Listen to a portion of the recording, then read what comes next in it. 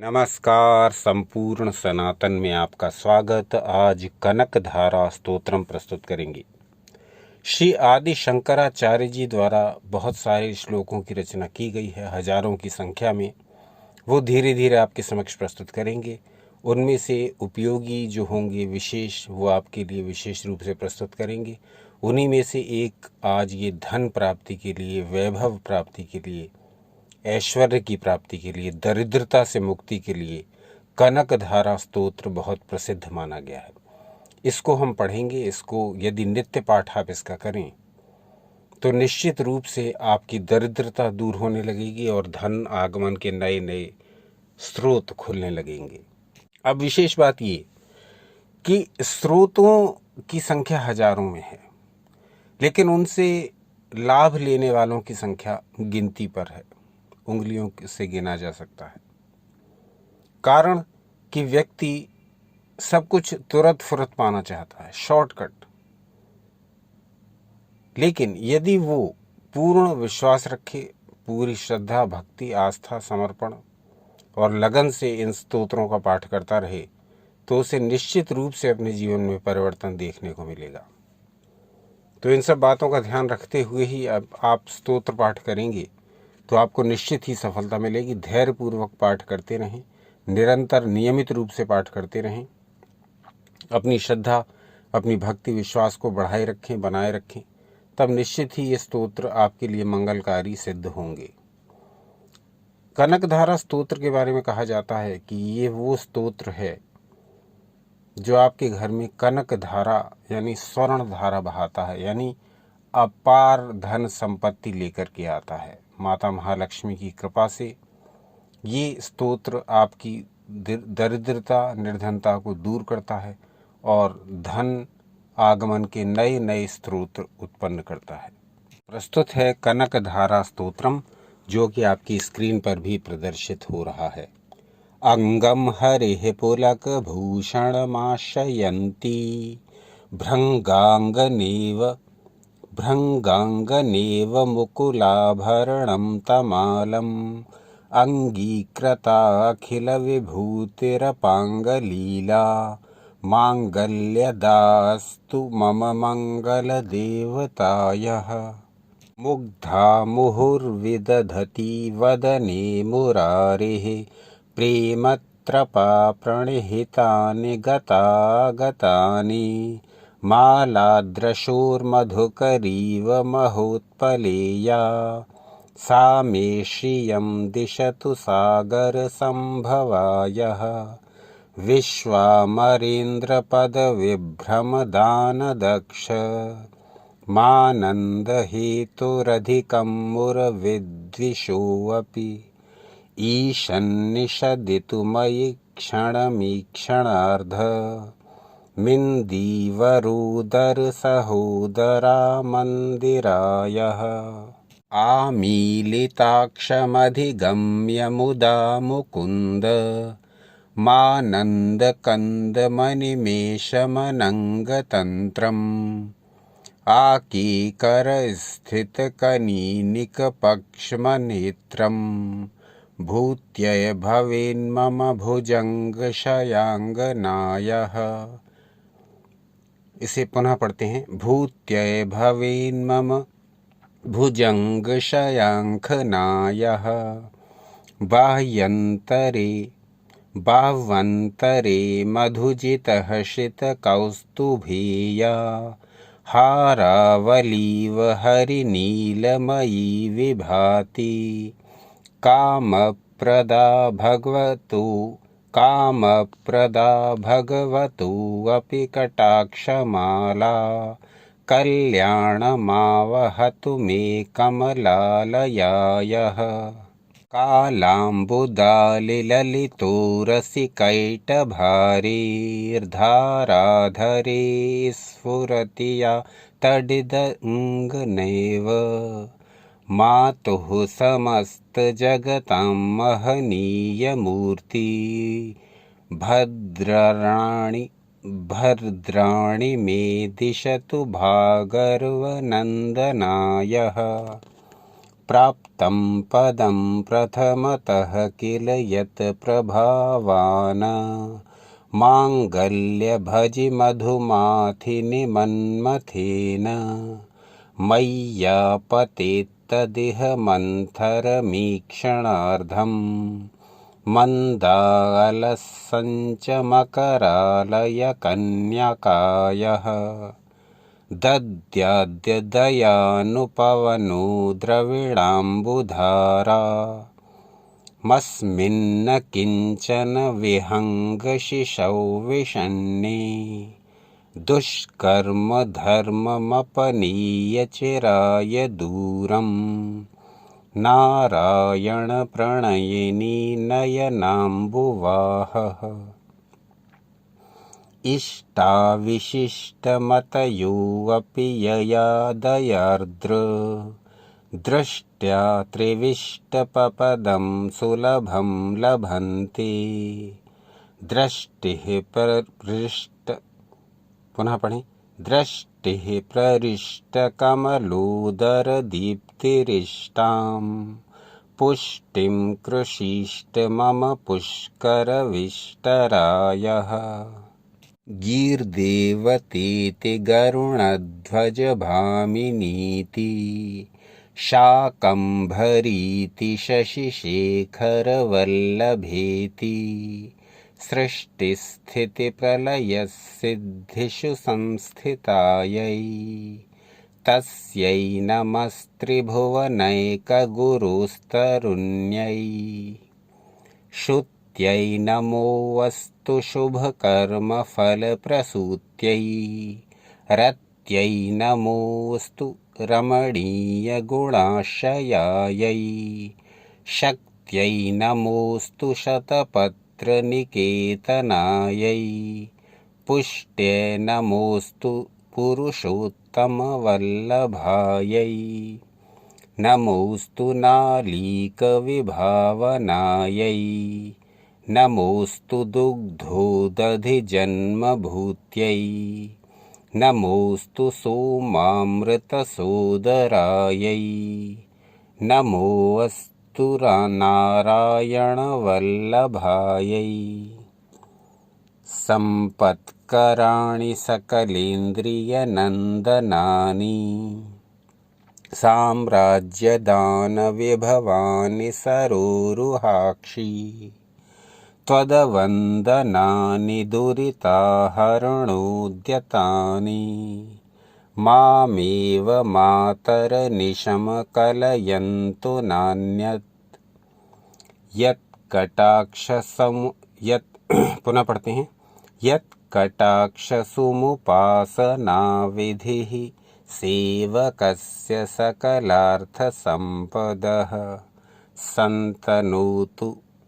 सन्तनोति वचनाङ्गमानसैस्त्वां मुरारिहृदयेश्वरीं भजे सरसिजनिलये सरोजहस्ते धवल पुनः पढ़ते हैं सरसिजनिलये सरोजहस्ते धवलतरांशुकगन्धमाल्यशोभे भगवति हरिवल्लभे मनोज्ञे त्रिभुवनभूतिकरि प्रसीद मह्यम्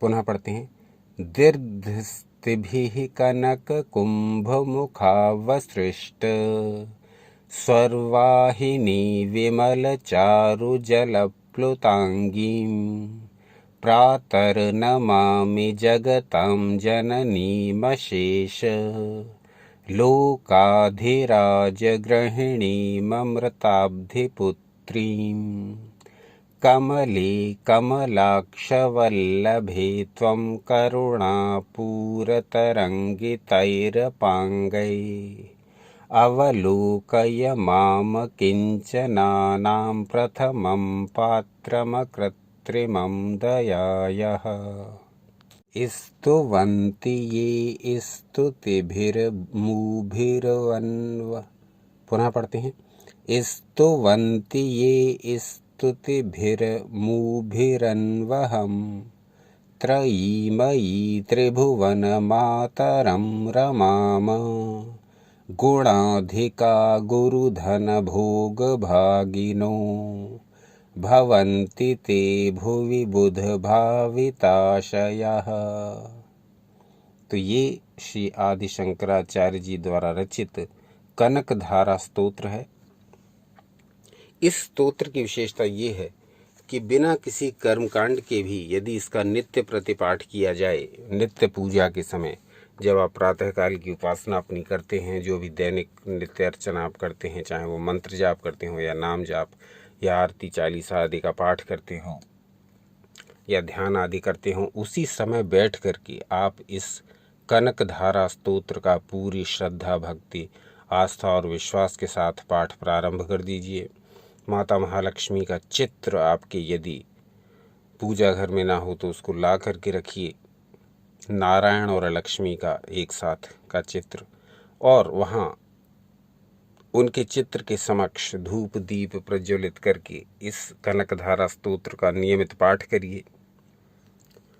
पाठ करने में निश्चित ही भूलें होंगी, जैसे इस वीडियो में हुई हैं, अटकेंगे जैसे इस वीडियो में हुए हैं, लेकिन जब एक भीतर से पुकार उठेगी कि हाँ हमको पाठ करना है, हाँ हमको माता महालक्ष्मी की कृपा प्राप्त करनी है, हाँ हमको उनको प्रसन्न करना है, हाँ हमको धन की, ऐश्वर्य की, यश की प्राप्ति करनी है, संपत्ति की, चल अचल संपत्ति की प्राप्ति करनी है, हर प्रकार से हमको धनवान बनना है, हर प्रकार से हमको शक्तिमान बनना है, तो फिर जब ये एक भाव अंदर से उत्पन्न होगा, ये एक अंदर से इंसाइट आएगी, तो फिर ये जो शब्द हैं ये कठिन नहीं लगेंगे, ये जो स्तोत्र हैं ये कठिन नहीं लगेंगे, क्योंकि फिर आप इनको यदा कदा और ये इनके इन प्रकारेण पढ़ना जब अंदर से आएगी आवाज़ तो पढ़ना सीख जाएंगे।